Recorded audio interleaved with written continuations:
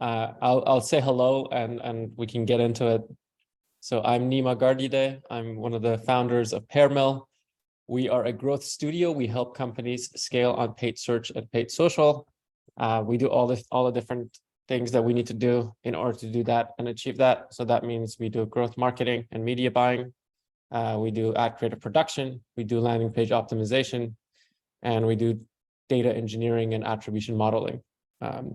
Today, we have Dino, who's one of our paid social leads, or our main paid social lead at Facebook, at Pearmill.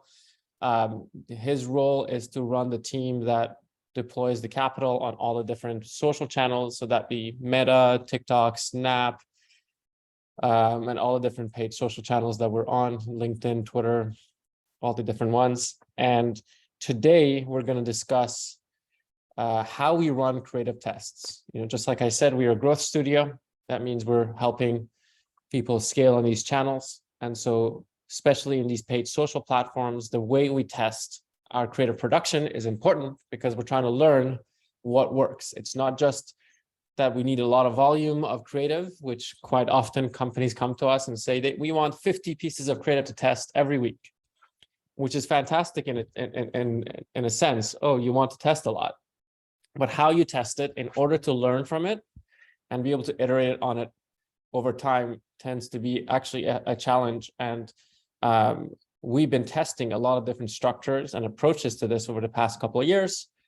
And we're going to go through sort of our state-of-the-art version of this. What is the best way to do it for us right now, where we can trust the data, where we can learn from the tests and also apply those learnings to the next set of creative iterations. So Dino's going to take over now. His role, as I said, is the paid social lead up at Pearmill. And we're going to walk you through essentially a series of structures and rules that we follow when we're running these tests across our accounts. And I'll add the caveat that we work with all sorts of companies. We have e-commerce companies to B2B SaaS companies to marketplaces, healthcare companies, credit card companies, all sorts of companies that we currently work with. And so this testing structure is generally universal for us on Meta. So we're using this to help scale these accounts. And our creative team with Dino and his team have come up with this structure together through a bunch of rounds of experimentation itself. Like, what is the right structure to use in order to learn? We've gone through a bunch of testing. So there's a lot of money really that's been trusted to us from our clients in order to get to this answer. And we're constantly testing new ideas and new structures as well. So I'll stop here. My role is not to be quiet and have Dino walk you through it, but I'll add one last thing, which is throughout the conversation, feel free to ask questions. There's a Q&A button in the bottom of your screen. You can ask questions. We'll answer them at the end of it. If I feel that it's very relevant to the part of the conversation, we'll pause Dino and have him maybe answer the question immediately. But if you want specific questions to answer for us to answer that we may have not covered throughout, feel free to ask them using the Q&A panel. If you have issues with that, please just leave a comment and we'll help out. But thanks so much for joining. And here's Dino, our paid social lead. Yeah. Hi, everybody. Thank you for basically joining. Now that you have seen that we know how to use the present button, I'll basically jump out of it and keep this my default view because I will be jumping into dummy Facebook ad account. It's a dummy, doesn't have a pixel installed, but it does have the 3 main campaign types that we are going to go over today so that you can also visualize everything that we are going to cover today. So the first thing, like most obvious, what are we going to be talking about? Yeah, you are here for the creative testing structure, but it's also very important to talk about the ideal ad account structure. This will be clearer in a bit. So we'll cover the creative testing campaign, how we set it up, a number of variables, budget, stuff we think about, then how we analyze the data from said creative tests, and some frequently asked questions that we get from basically all of our clients. The first one clearly being the winner, the frequency of the tests. And then at the end, when we wrap it up, we will do the Q&A. As Nima said, feel free to like submit questions as we are going through this. And yeah, let's get going. So what is our ideal ad account structure? Oh, I should also like point out, I will be talking about this imaginary ad account as if it were an e-com account. So that means that the events flow on the site would be landing page view, then add to cart, checkout, purchase. So we at Pearmill are massive fans of simplicity, and our theory for that goes that if it's easy for us to take a peek in an account and understand what's going on, what needs to be done, and what changes need to be made, it's going to be easy for Facebook, well, Meta's machine learning model to learn faster and optimize better. This was a theory we set out a couple of years ago, and since it has proven well. So for most of our accounts, we follow the same structure. Like for some B2B clients, we do complicate things a bit, but even for B2B clients, we have seen most of the success come from basically consolidation. So we mostly have one main acquisition or a prospecting campaign. In that one campaign, we tend to have only one active audience. We don't kick off accounts with one audience. We run audience tests, but we do want to get to only one active acquisition audience. The reason why I'm bringing this up is because we will be using the same audience for the creative testing round, well, creative testing campaign. The reason it says broad here is because most of our campaigns are currently set to broad. So that's the best acquisition audience that you can target, well, at least in our experience. And I have purposely like put out 5 ads inside. We see more success in accounts that have up to 5 creatives inside. I wouldn't go below 2, like 2 is the minimum of active ads at one time, but I like to keep the number at around 5. The reason for this is clients usually think that more is better. Just drop 30 ads in the ad set, it's going to do better, but that just confuses the pixel, the algorithm, whatever, and it decides to spend on only 1 or 2 ads. When we have a controlled number of ads in the ad set, we get more even spend and better results. That is why we only have, in this case, 5 ads in the ad set.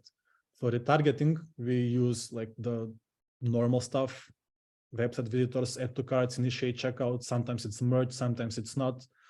But this doesn't like matter in our conversation today. It's just that it's part of our ideal structures. So now that you know what our ideal acquisition campaign is, we can start talking about the creative testing campaign. So when setting up the creative testing campaign, we first we set up a separate campaign. So we use a new campaign, not the main or evergreen or whatever you want to call it, acquisition campaign. The reason we launch a separate testing campaign is because we do not want to mix up like the learnings from the existing campaign, in this case, existing ad set with new ones. And we also do not want the new testing variables to influence the current campaign. Testing campaigns usually have slightly worse performance than the main acquisition campaign. Sometimes they are better. Very rarely they are very, very bad. And that is the reason why we want to keep the whatever outcome comes from that testing campaign in its separate campaign, not to be mixed with the main ones. And it's very important to optimize for the same optimization event as the main acquisition campaign. In this case, it's going to be purchases. On ad set level, pause just to answer a couple of questions since they're related to this part. So one was, what about using DCO, which I'm assuming is direct campaign optimization? I think you're mentioning here to use CBO. Is that correct? Yeah, we like CBO because, okay, so you can also use ABO and CBO. The reason why I like to use CBO is because that takes me to the next point. I like to allocate between 85 to 95% of the budget between all of the testing variables using minimum or maximum ad set spending limits. Don't use both, like just use minimums. That gives us another 5 to 15% of budget that Facebook will decide on its own where it should spend it. Gotcha. I like to use this as like the rest of the budget to figure out how far the pixel is trained. If the pixel uses the remaining, the 15, let's just say 15% of the testing budget on the best performing creative, then I know that like the pixel is already like doing well. Sometimes it's luck, but if in a couple of recurring tests, the extra 15% of the spend is spent effectively, then we know the pixel is in a very good position and we can give Facebook more and more freedom in most of our campaigns. If the budget is being spent like on useless places, then we know that we should still give Facebook some direction. Yeah. And then next question is, why not use dynamic creative ad units? That is because we cannot force Facebook to spend equal amount on each variable. Emphasis on force, we'll see that in the formula that we have later down the road, is we need significance and we need Facebook to spend enough on each ad in each day. Because if we just pull everything together in like a dynamic ad set, we are not going to be able to influence the budget and we're not going to be able to spend equally on all of the variables. So it's almost like an exercise of being able to control and also learn at the same time. Yeah. When it comes to testing, creatives in particular, like allocating spend appropriately is very, very important in like getting proper learnings. Cool. All right, one more is, why wouldn't we combine the remarketing assets all under one? So landing page, add to cart, etc. That's something that we tend to do for more seasoned accounts. We do tend to combine the targeting assets into one. Like we just go for website visitors and everything's in the same bubble. But for newer accounts, we tend to see better success in having it separated out. And then once the pixel is seasoned, we do combine them. But that depends on from account to account. Like we've seen success with both, well, and poor performance with both structures. Yeah, that's very helpful. And the last one, I think we can answer the other ones later, is why not, can you talk about Advantage Plus? Do we use that? Do we not use that? Advantage Plus is basically doing something similar to what we have, but for us, it's okay because Advantage Plus removes a lot of targeting options and basically it enforces the Facebook, I think they called it Big Five thing or whatever, the 5 rules they follow. Just go broad, no exclusions, everything in the same ad set up to 5 ads. While that is, we are testing Advantage Plus shopping right now for certain accounts and we are finding good success. It's good for the main acquisition campaign, not for testing. For testing, we sometimes do want some exclusions. We sometimes do want more control. And yeah, the Advantage Plus, great evergreen option if it works for your accounts, but for testing, we still cannot rely on it completely. Cool, thank you. Keep going. Yeah, so the ad set setup is basically the copy paste of the ad set setup of the main acquisition campaign. Our main campaigns usually tend to be broad completely. If the product that we are advertising has age restrictions, we implement those. If not, like everything has to be copy paste from the main acquisition campaign.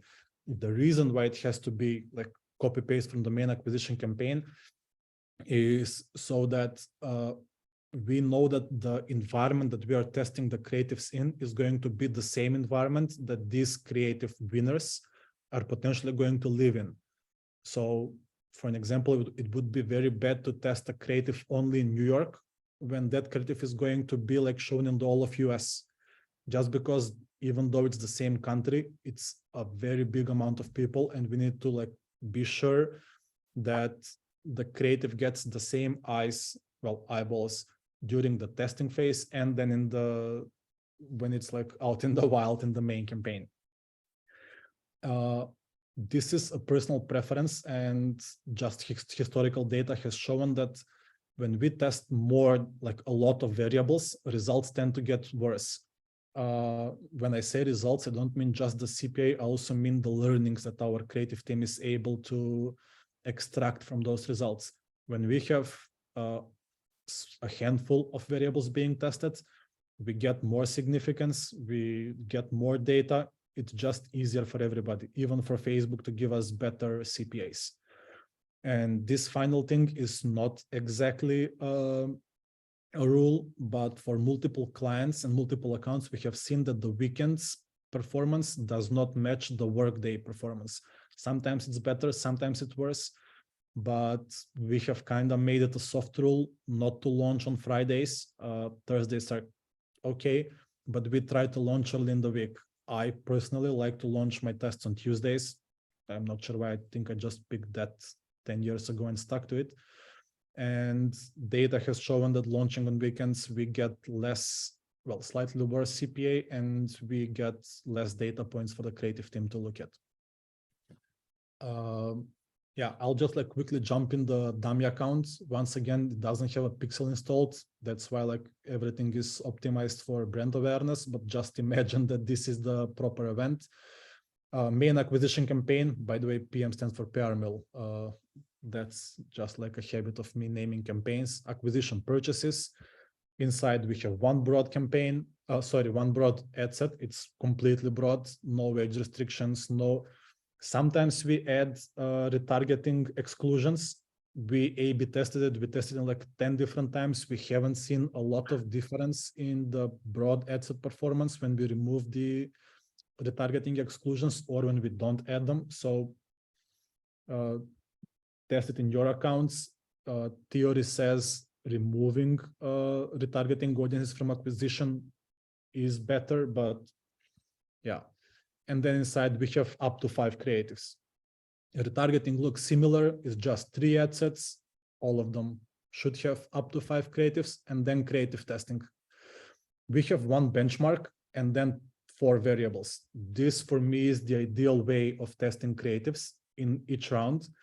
I just like sticking to a number 5 because that's the amount of ads I aim to have in the main campaigns, acquisition and retargeting. So what's a benchmark? A benchmark ad is an ad we take from the acquisition campaign for us to compare its performance versus all the new variables. How do we pick a benchmark? So there are 2 options. Both of them are like, none of them is wrong. The only difference is later down the road in the data analysis, how you look at the data.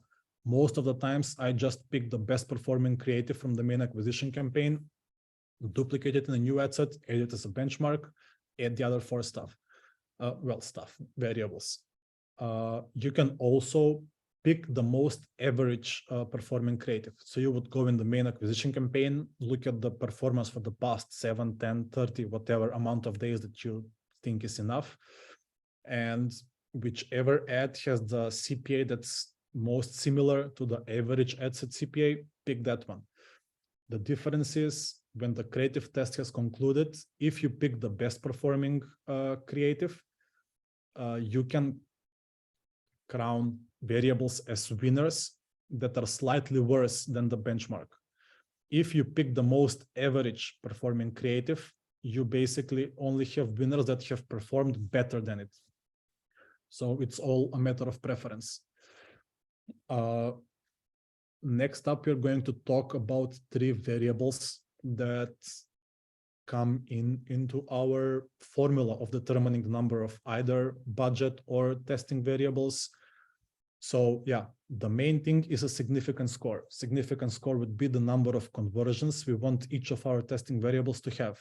The reason why I say we want to have is because we cannot claim that the same average CPA we have in the main campaign is going to be for the creative testing campaign. But that's just like the aim. What is a good significance number? So clearly a higher number is always better. But we know that nobody has a limited budget. And for most of our e-commerce clients and B2B, we aim for a significant score of at least 10. We've had clients where the CPA was like 2.5K and having a significant score of 10 wasn't feasible, wasn't doable. So we would settle for something lower, like 5 or 6, but in those cases, we would look at up funnel metrics as well. Testing duration, this doesn't get into the formula, but it's also worth mentioning. Our tests run for at least 7 days. It's very important for the test for all of the variables from the test to get spent on each day of the week without stopping them ever. During the test. This will account for good and bad days. I'm not sure if you guys see the same things, but for some of our accounts, we know that certain days are very, very bad, but we don't post them because that makes performance worse. Some days are very, very good. So that is why it's very important for the creative test to run every single day of the week. If you have the budget, it's okay to extend the duration 10 days, 14 days. I think everything above 14 is already a waste, and you can increase the budget a bit to make the test run between 7 and 10 days. I personally go for 7 days always, and then 2 or 3 days of waiting for the conversions to populate properly. So my test technically is 10 days, but only 7 days of ads being active. And then finally, we have the budget.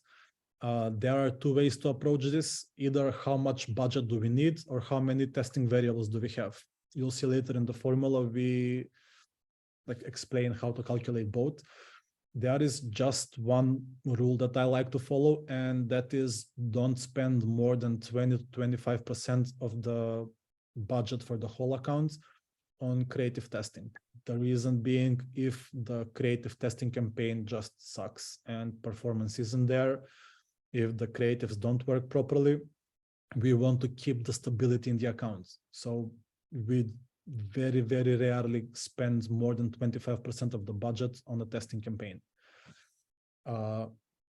We tend to, because most of our clients are well off and basically say, how much budget do you need for a certain test? We basically determine the budget based on testing variables, but you can flip the formula and calculate the budget needed based on the variables. Number of variables to test based on the budget. So we just need 3 main components for this formula to figure out how many testing variables we want to / can test. 1 is testing budget, 2 is CPA, 3 is significance number. So the formula is the variables we can test, in this case, X equals budget divided by CPA divided by significance number. So just take an example. We have 10K to run this creative test. We want to have a significant score of 10 and our CPA is 75. We divide 10K by 10 and 75 and we get to 13.33333. So according to this formula, the maximum number of variables we should test is 13. But if we connect to the previous thing that we don't want to test a lot of variables, in this most of the time, less is more. So testing less variables gives us better results. We tend to lower this number to something like 5, 6, 7, whatever. If we actually have a lot of testing variables ready for a test, we will divide them into 2, 3, 4 tests.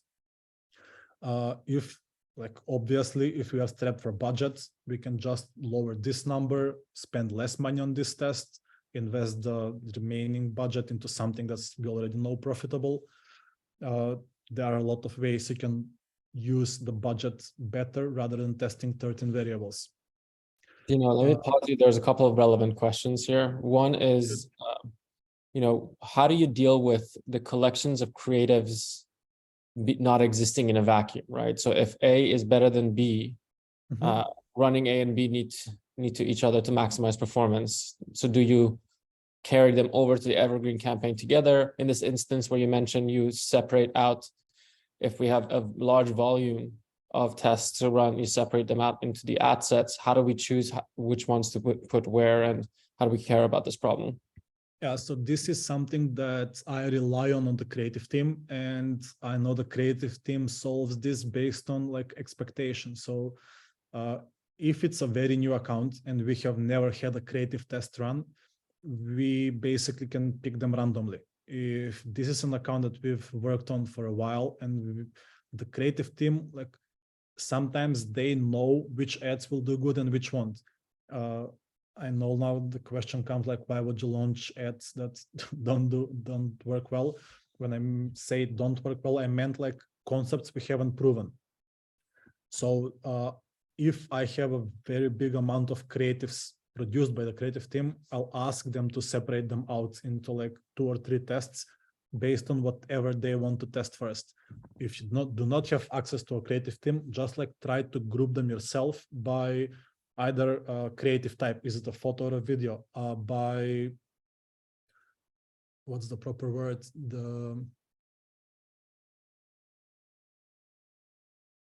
Like, how would you group the creatives? Are some of them UGC, or other professional ads? Like, just figure out how to group them yourself and run 2 recurring tests, like one after the other.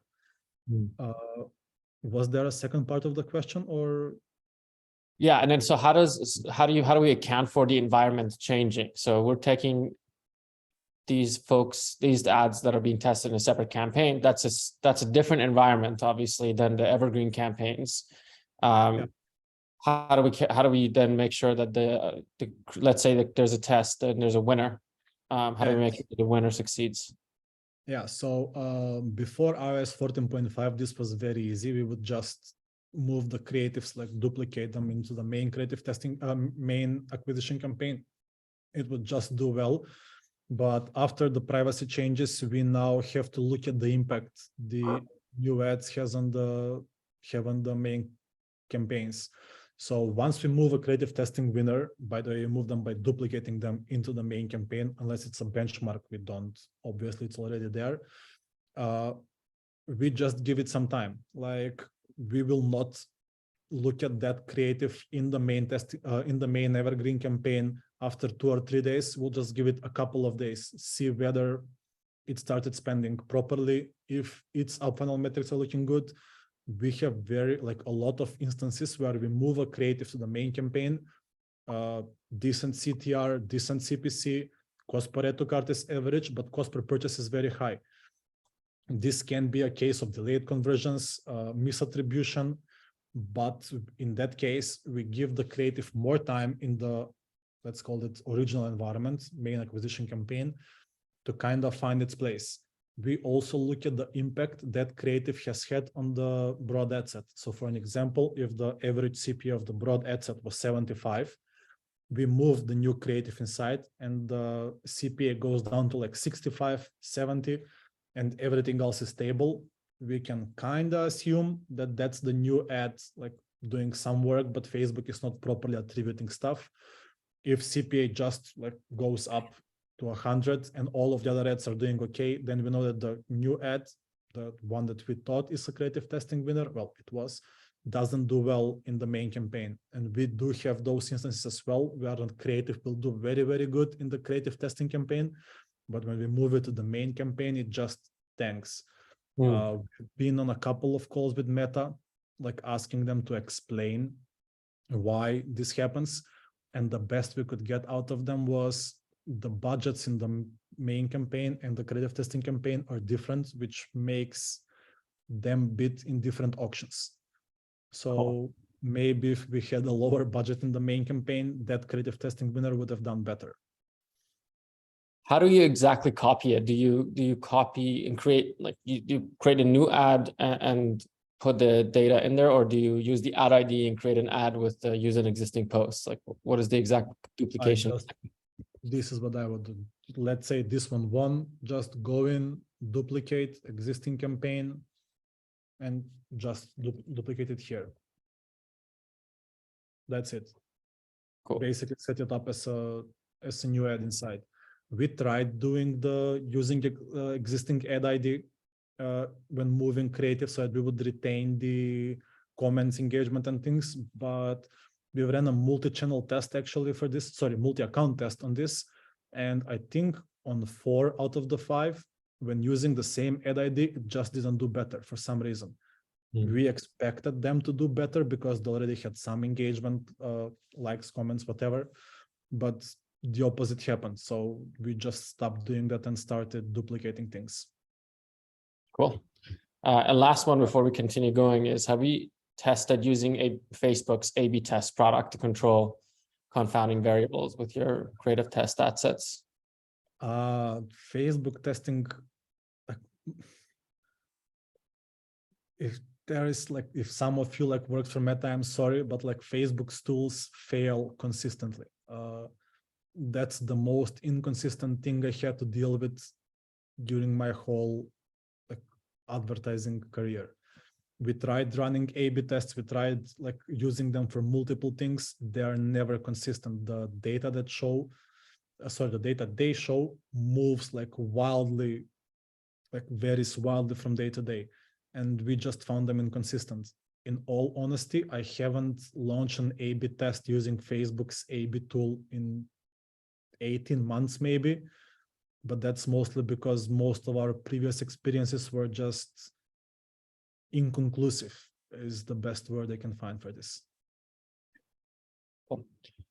Thank you. Keep going. There's a bunch more questions, but they're all the same. We can leave them for Q&A. Yeah, we are almost done.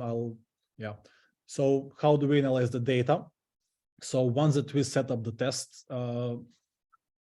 let's just like go really quickly over it. So we would launch a new creative testing campaign, get the benchmark, upload the 4 variables, launch it, let it spend for 7, 8, whatever amount days, then pause everything after day 8. The reason why I pause everything is because I want Facebook to have enough time. By the way, sorry, I keep saying Facebook. I know it's Meta now, but it's already very deep in my brain. Meta may need a couple of days to properly attribute things, for some delayed conversions to come in.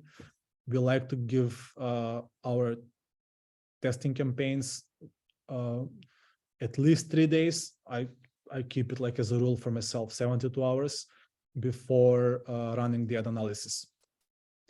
In the past, we would see a lot more conversions come in after the 24, 48 hour period, but after iOS 14.5, there are less, let's just call them delayed conversions. But I still like to give like things time to settle. When we are done, you can run the creative test analysis in any way you like. The easiest thing would be just like look at the columns here, look at the cost per purchase, cost per checkout, cost per add to cart. You can do a pivot table on Excel. You can use the reporting tool, whatever way you want to run the creative test analysis. Basically, you're comparing all of the ads to the benchmark and to each other. So what I like to do with our ads is to rank them. Obviously, like I will just give them like a number between 1 and 5. In our case, we had 5 creative testing variables, well, 4 plus 1 benchmark, but I will just rank them from 1 to 5. How I rank them. So first I look at the main CPA, in this case, a cost per purchase. Because of after 14.5, misattribution is a thing. I also look at up funnel metrics as well, just to be sure that things look good. We also kind of implemented a new metric. We call it IPP, impressions per purchase. We basically take the number of impressions divided by the number of purchases and get a number that's usually in the thousands. This is a metric we implemented because we saw certain creatives do like have wildly different CPM in the creative testing campaign and in the evergreen campaign. So we found something that looked pretty strange. Videos in the, not always, sometimes videos would have very, very low CPM in the creative testing campaigns. When moved in the evergreen campaigns, they would have normal CPM like everything else does. So their CPA would skyrocket. That is why we came up with the IPP, mostly for videos.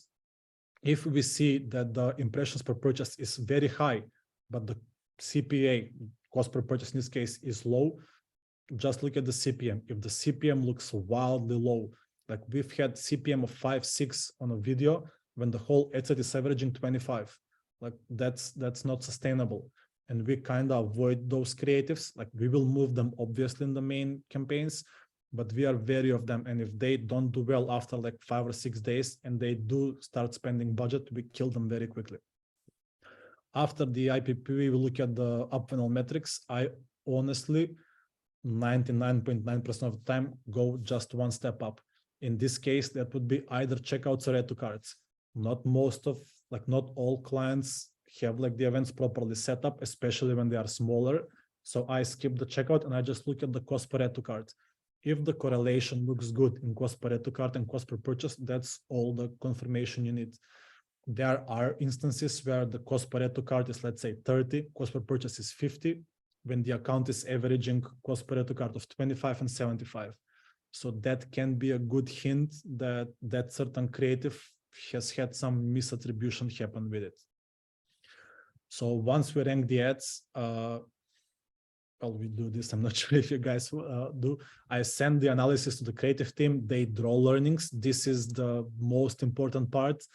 Like, I understand numbers only. Whatever the creative team looks at, I have no idea. I assume it's colors, shapes, shadows, texture, whatever.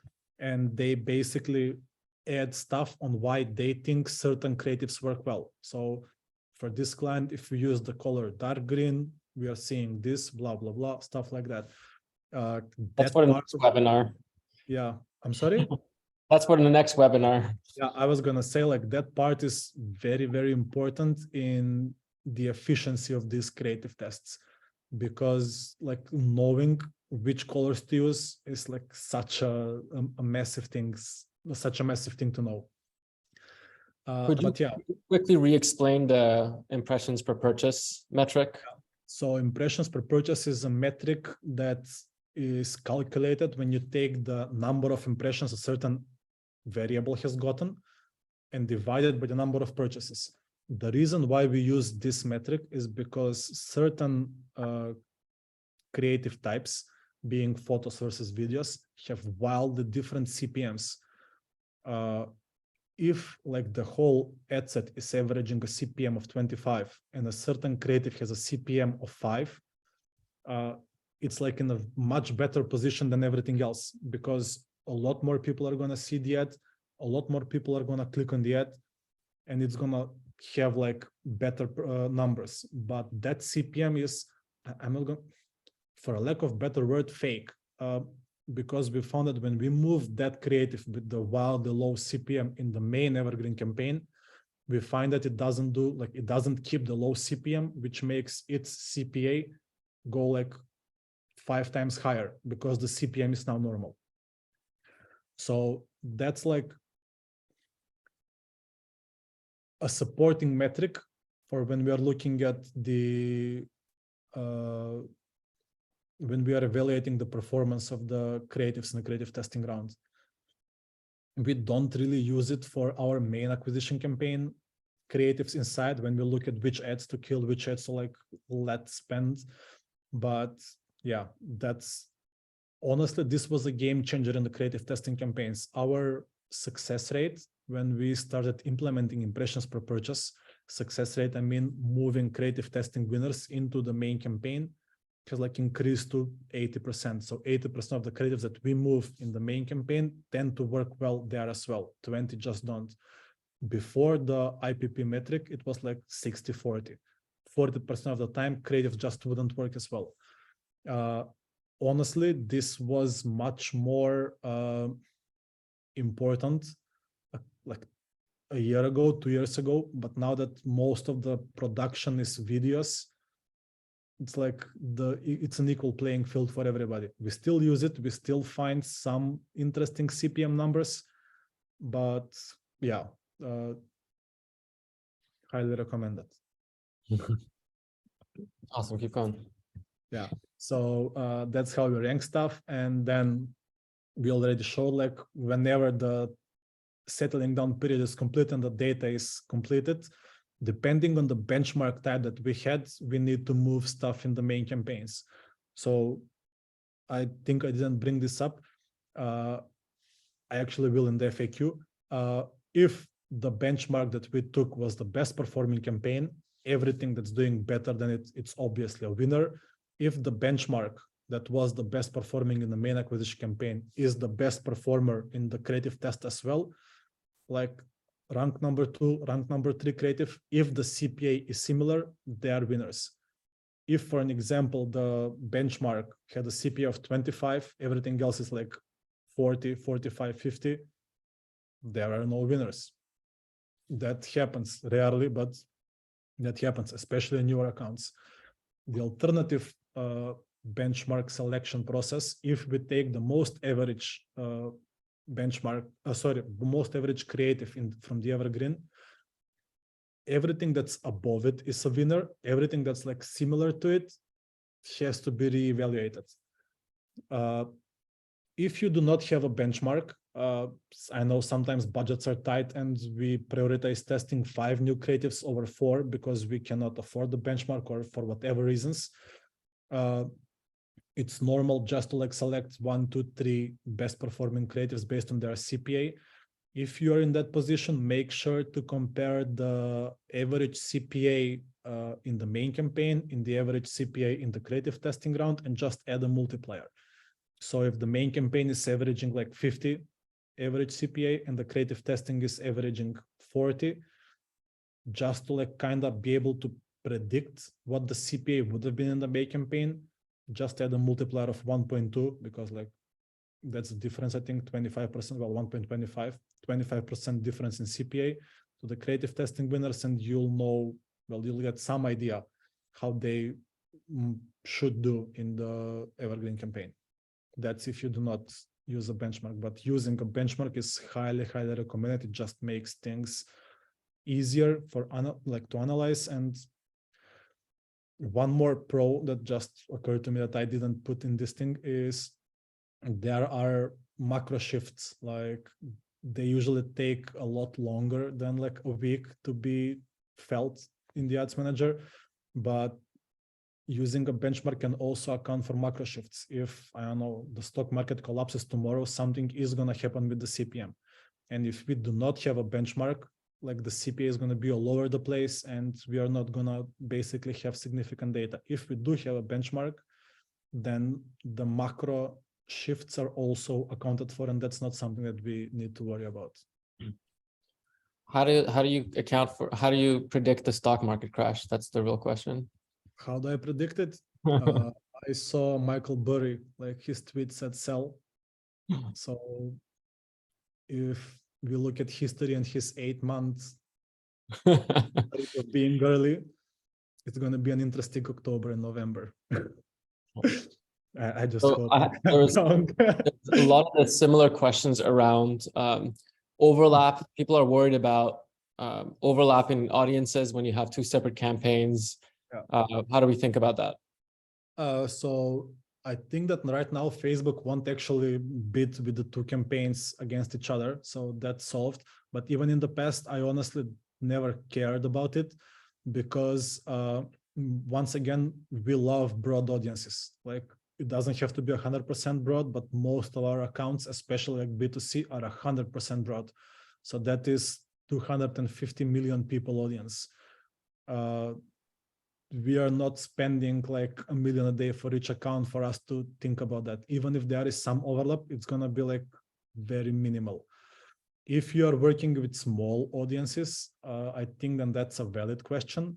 But once again, Facebook will just select one of the 2 campaigns, which ad from within that campaign, it should show to the people using Facebook or Instagram or the ad network. So overlap is not like something that we have seen issues with. It's honestly very hard to, it was very hard to measure, like, but now it doesn't happen because we cannot bid against each other with 2 different campaigns in the same ad account. Awesome. Now there's a couple of questions around, why are we doing 1 ad per ad set? And then sort of around the same thing, why are we using CBO and setting ad spending limits? What are the pros and cons of doing that? Yeah. So I'll just work in the ads manager to show this. When we have one campaign with one ad set, we have 5 ads inside. So let's just say this has 1,000 US a day budget. What's most probably going to happen is Facebook is going to pick its 2 favorites and it's going to spend 300 on each of those. This one is going to get 200. This one is going to get 100 each. So that's 2, 4. Yeah, that's like 1K total. We are already in a very bad place to look at the data because all of these ads are going to have different spend. All of these ads are going to have different impressions, and we are not going to be able to say that, okay, this ad, if it has the best CPA, is the best one, because this could be the best performing creative, but only at a certain spend. Like even if the opposite happens. Why is this one the best performing creative? Is it because Facebook randomly decided to give it the most budget and it just found its like people that will convert first?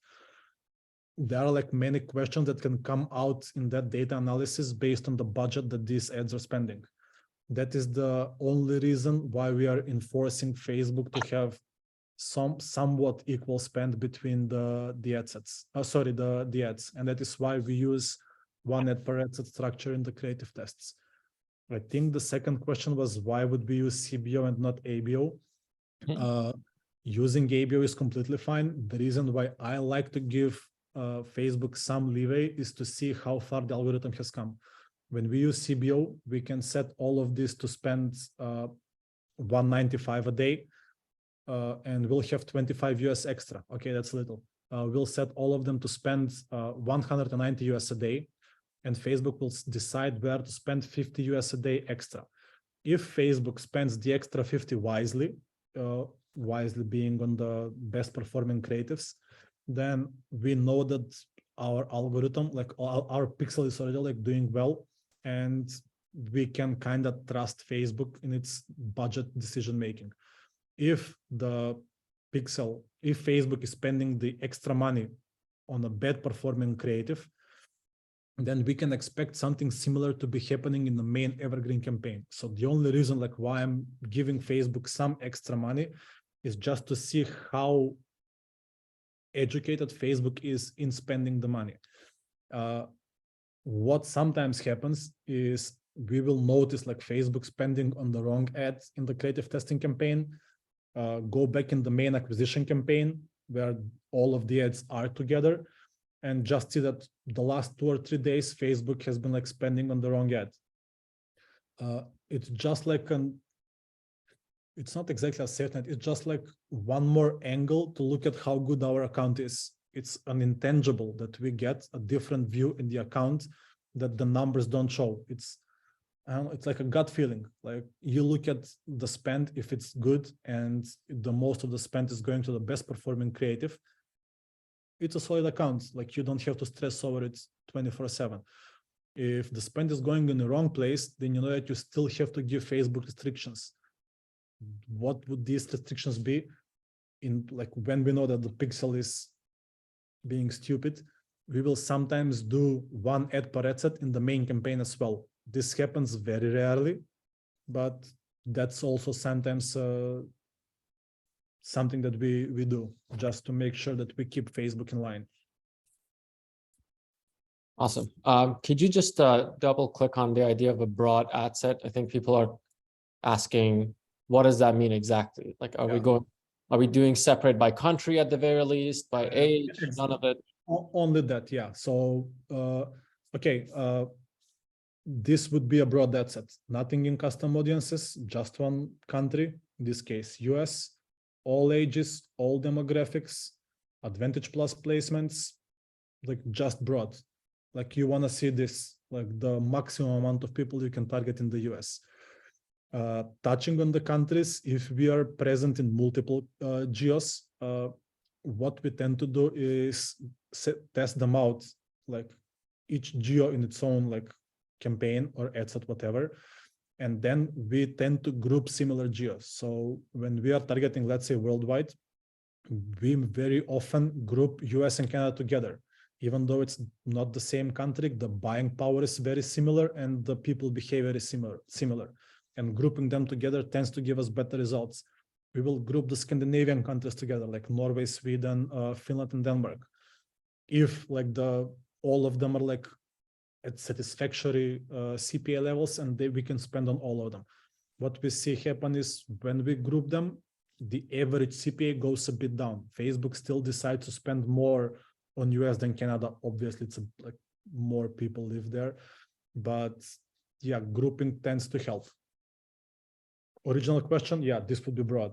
One country, all ages, no custom audiences, no detailed targeting. All genders, all demographics, interests. Yeah, it goes like it obviously, like if we are selling bras, we would obviously target just women. If we are like selling, I don't know, I'm sorry, like I'm being probably rude here. If you are selling walking canes, we're probably gonna target like 45 plus, not 18-year-olds. Like we will do some soft exclusions, let's say, based on the product type. But if the product is not gender specific, age specific, like for a specific market in general, like if you are selling hoodies, it's like everybody 18 to 65 plus. And the concern is like, won't Facebook spend on the wrong age group, for an example? No, like when you look at the breakdowns, the CPA is like similar everywhere. Majority of the spend goes for the hoodie demographic, like 18 to, I don't know, 35, whatever. So Facebook spends appropriately based on the behavior of the people that are engaging with the ad and the site. Cool. Last question is around B2B. So, you know, what if the CPAs are very high, like 500 plus? How do we judge that? So we've tested a few approaches for such cases. What we found working best is still optimizing for purchases, but making decisions based on cost per add to cart. So you have two options basically. One is to optimize the creative testing campaign for add to carts, or like the up funnel metric, whatever it is, and then making decisions based on it. That is going to give you more volume because the cost per add to cart is going to be lower than the cost per add to cart when optimizing for purchases, but the intent is not the same. What we are like, this is what we are currently doing for a client actually, is we are still optimizing for purchases, but because the cost per purchase is so very high, we just like don't care if any purchases happen. We only look at the add to carts, the cost per add to carts for each variable. This is not like as ideal as getting significant amount of purchases for this type of campaign, but that's the second best. The reason why we still optimize for purchases and look at cost per add to cart or whatever the up funnel metric is so that we can like be certain that at least Facebook's algorithm and the pixel think that this person has the same intent. Like they are classifying it like their intent as a purchaser. They bid higher on them, whether they purchase or not. Like a lot of things vary for expensive products, but Facebook classifies them as the highest intent person that can see our ad.